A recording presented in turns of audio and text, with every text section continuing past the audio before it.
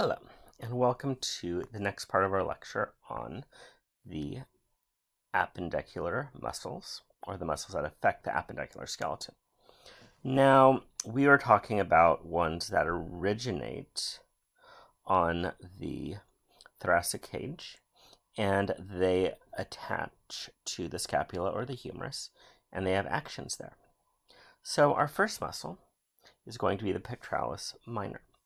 It starts on ribs 3, 4, and 5, and it's going to cause you to depress the ribs, or depress the scapula, and it's going to draw it to the anterior.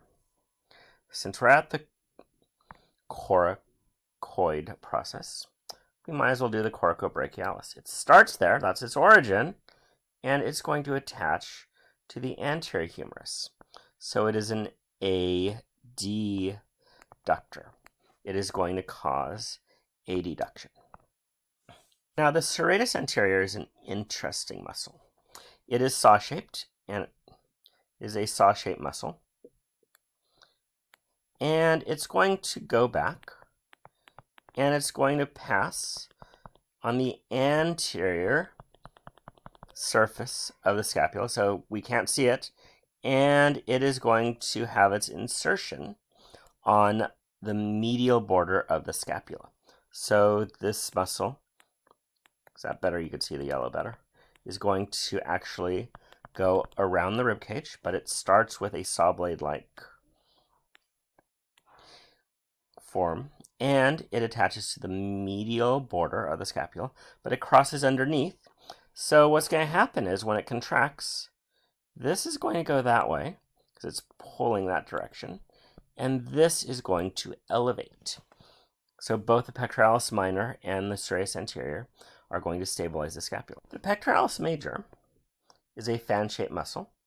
It originates here on the costal cartilage, and it is going to taper and attach to the intertrabecular sulcus.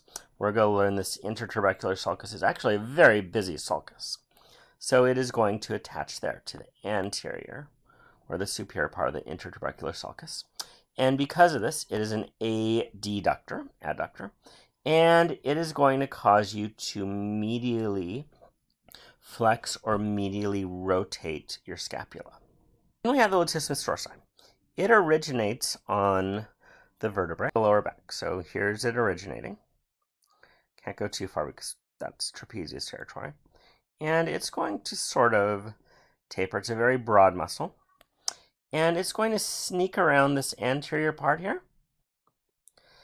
And it too is going to attach to the intertrabecular sulcus.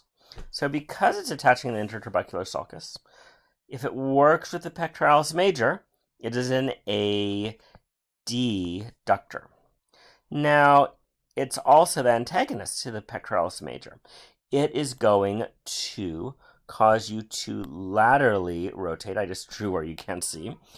Or laterally extend. So the pectoralis major is an adductor, and it medially rotates or medially flexes. The latissimus dorsi laterally extends or laterally rotates. So when we talked about the axial muscles, we mentioned the trapezius, which is this triangle-shaped muscle, like this. And it's going to cover most, of the back here. So this is a big superficial muscle. Jesus, he has a big trapezius. Now, so here's the trapezius over here. It covers up some very interesting muscles. We met the splenus capitis, and that's going to help you extend your neck. There's some really cool deep muscles, and we're going to talk about these now. So first we're going to talk about the medially muscle. It is called the rhomboid because it is rhomboid shape. Once I went to tap plastic, and I tried to get a piece of plastic that was the shape of a rhombus. Everybody looked at me like I was speaking a foreign language. My kids know what a rhombus is. So that's a rhombus. It is a rectangularly shaped object, but it does not have right angles. And there's two of them. There's a rhomboid major and a rhomboid minor.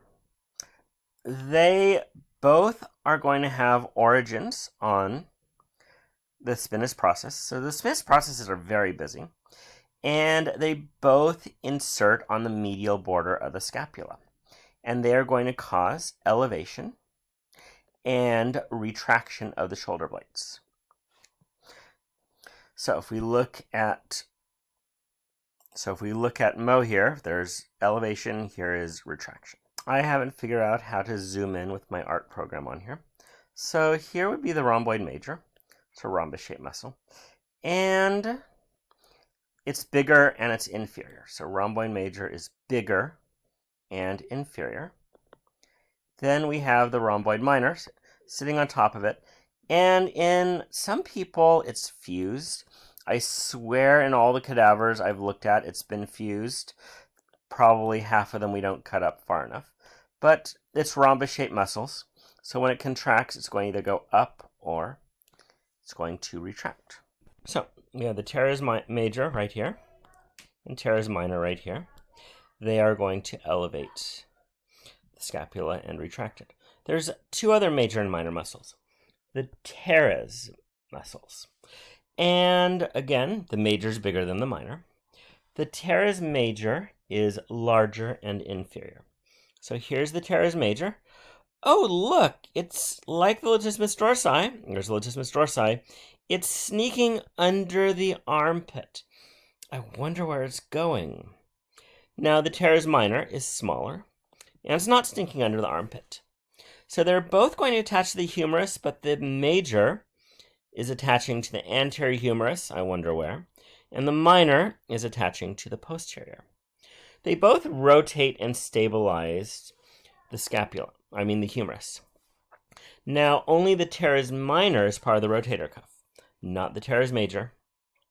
So the teres major is going to start inferior, and it's going to rotate around. Okay, you're coming around. Oh, look where it's attached.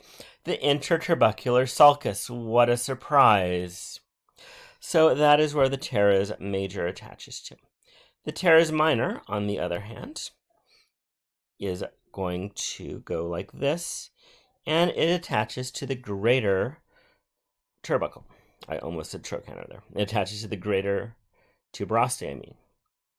So, the teres minor is attached to the greater turbicle. The teres major is attached to the interturbicular sulcus. So, the teres major, that is going to insert on the interturbicular sulcus. Its origins, the inferior angle. It stabilizes the shoulder. It is going to adduct the humerus. Wow, there's a lot of adductors for only a couple abductors. And medially rotation.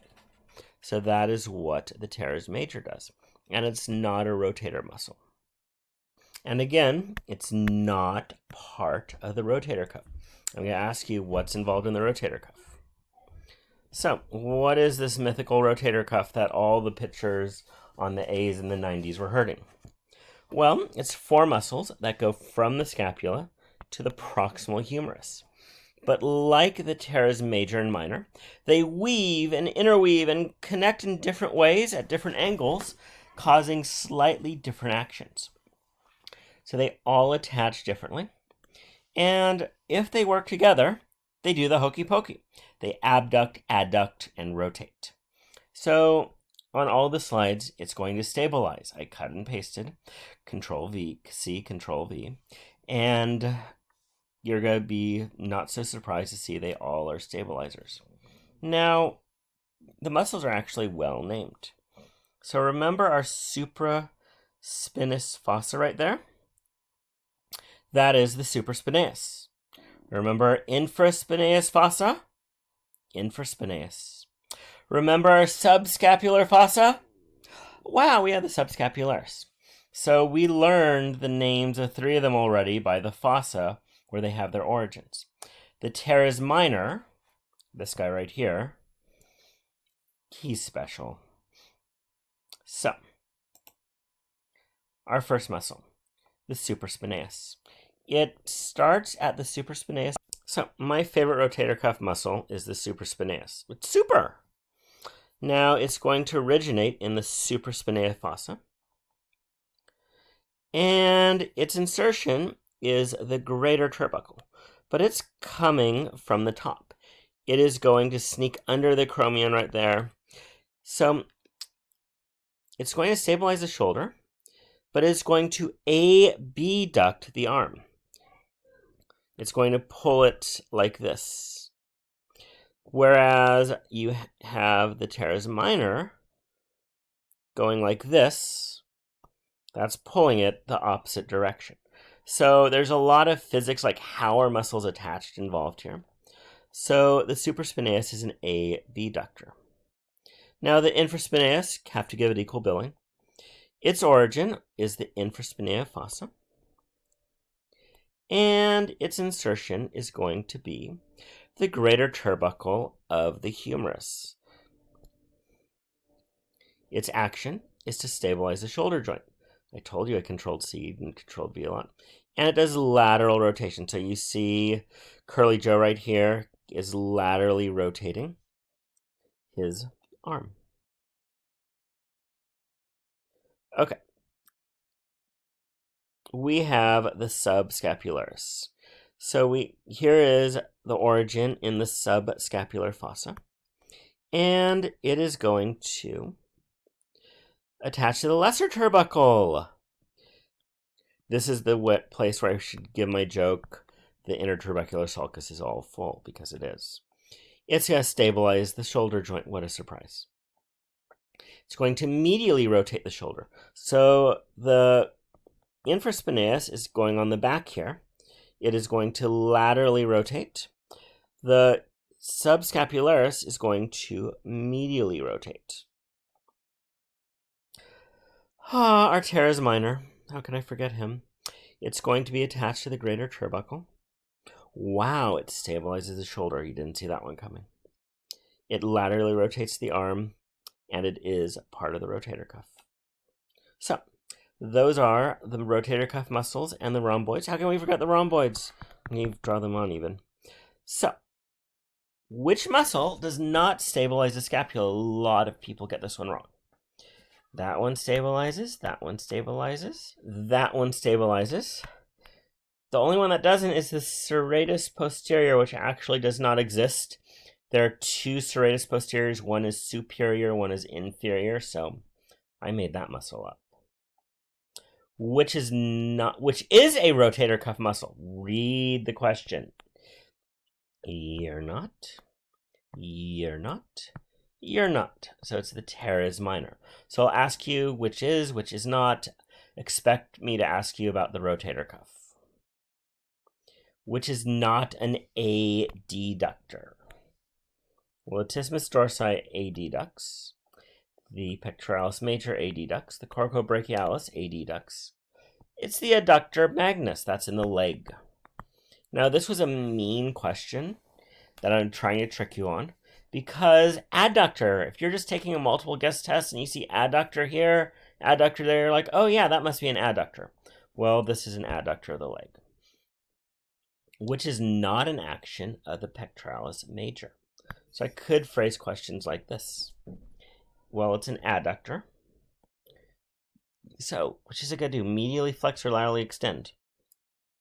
It medially flexes, so this is not an action. So, which is the insertion of the pectoralis minor?